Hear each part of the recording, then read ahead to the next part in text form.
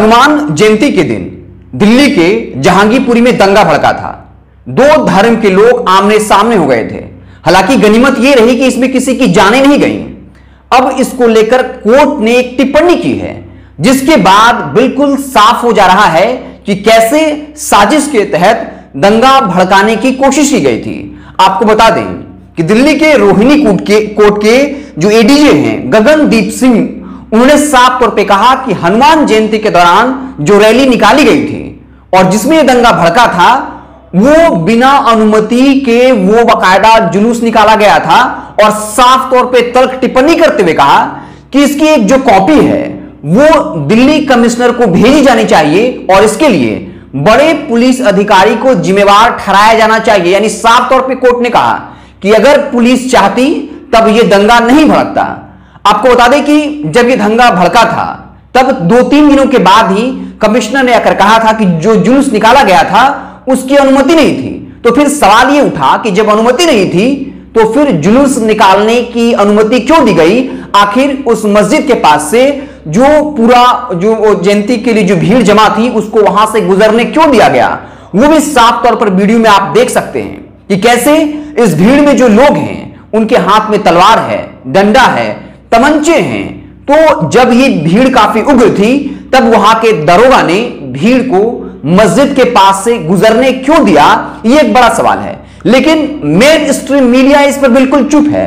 वो सारा दोष एक संप्रदाय के लोगों के ऊपर मल रही है। हालांकि इस दंगे में अगर कोई भी जो है दोषी है, हर किसी पर कार्रवाई होनी चाहिए, क्योंकि कानून लेने का अधिकार किसी को भी अपने हाथ में नहीं है। लेकिन ये कार्रवाई जो है वो एक पक्षीय नहीं होनी चाहिए। पूरी जांच जो है वो निष्पक्षता के साथ होनी चाहिए। लेकिन अब तक जो एक ट्रेंड रहा है उससे साफ दिख रहा है कि एक खास धर्म के लोगों को टारगेट किया जा रहा है। अब ऐसा हम क्यों कह रहे हैं? क्योंकि बता दें कि जिस रैली की अनुमति नहीं ली गई थी उसका आयोजक कोई वीएचपी का शर्मा जी हैं।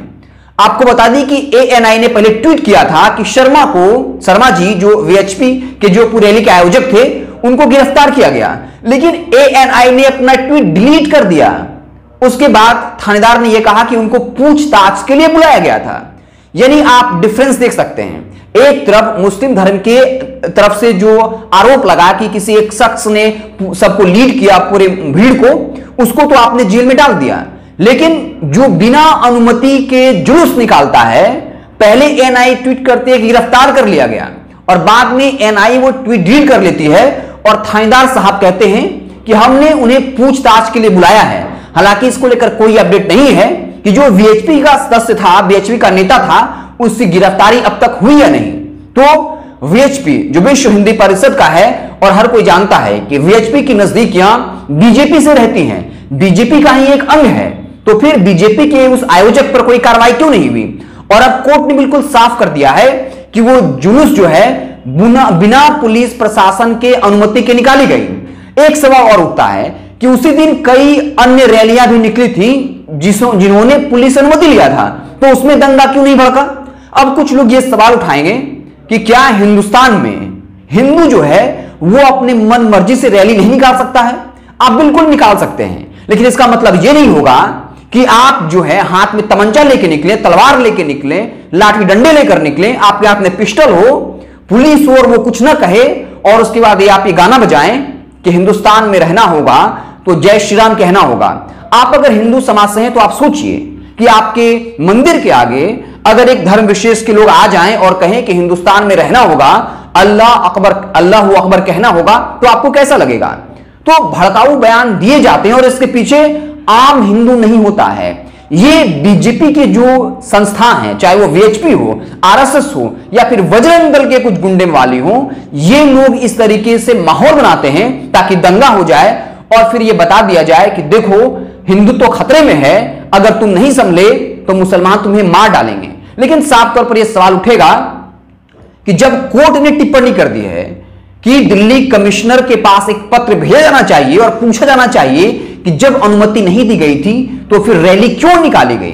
अब इसको लेकर कई तरह के सवाल उठने लगे हैं। दिल्ली पुलिस का मतलब साफ है, मोदी और शाह की पुलिस। आखिर वो वीएचपी का जो नेता था उसकी गिरफ्तारी क्यों नहीं हुई? एएनआई ट्वीट करता है गिरफ्तारी हो गई, फिर ट्वीट डिलीट करना पड़ता है। तो यह बताता है कि जांच जो है वो कैसे निष्पक्ष तरीके से हो सकता है, और ये भारत देश के लिए काफी घातक है अगर पुलिस बल ही अपराधियों से मिल जाए, चाहे वो किसी भी धर्म का हो, किसी भी जाति का हो। लेकिन एक बात तो साफ है कि रोहिणी कोर्ट के एडीजी जो गगनदीप सिंह है, उन्होंने कहा कि एक copy commissioner of police Delhi को भेजी जाए कि आखिर बिना अनुमति के उस जुलूस को क्यों निकलने दिया गया। एक सवाल यह भी मैं फिर से उठाना चाहूंगा कि जो अन्य जुलूस निकाले गए थे, जो पुलिस की अनुमति से निकाले गए, उसमें दंगा क्यों नहीं भड़का, और वो उसमें दंगा क्यों भड़क गया जो बिना पुलिस की अनुमति के निकाला गया। और जब पुलिस ने अनुमति नहीं दिया था तो फिर पुलिस ने उस जुलूस को कैसे गुजरने दिया, कई तरह के सवाल खड़े करते हैं। तो कहीं ना कहीं बीजेपी की जो साजिश थी वो अब साफ हो रहा है, और मैं ऐसे नहीं कह रहा, तर्क के आधार पर कह रहा हूं कि बिना अनुमति के रैली क्यों निकाली गई, और कोई भी मेन स्ट्रीम का मीडिया इस बात पर चर्चा करने को तैयार नहीं है। आप रामनवमी और मुहर्रम छोड़ दीजिए, जब सरस्वती पूजा, दुर्गा पूजा भी होता है तो अनेक दल जो है मूर्ति विसर्जन करते हैं, वहां भी रैली निकालने के लिए, जुलूस निकालने के लिए पुलिस की अनुमति लेनी पड़ती है। और जब प्रशासन वहां सचेत नहीं होता है तो वहां पर एक ही धर्म के लोग अपना मूर्ति पहले विसर्जन करने के लिए भिड़ जाते हैं, और कई जगह से हत्या जैसी खबरें आती हैं। तो साफ तौर पर एक बड़ा ब्लंडर है, और कोर्ट के द्वारा कहीं ना कहीं जो है बजरंग दल के लोगों के मुंह के ऊपर, बीएसपी के ऊपर एक करारा तमाचा है, और साथ ही साथ बीजेपी के सरकार के ऊपर कि उन्होंने जो है बिना अनुमति के वो जुलूस निकलने क्यों दिया। आप देखते रहें लोकतंत्र टीवी, मैं हिमांशु कुमार, बहुत बहुत धन्यवाद।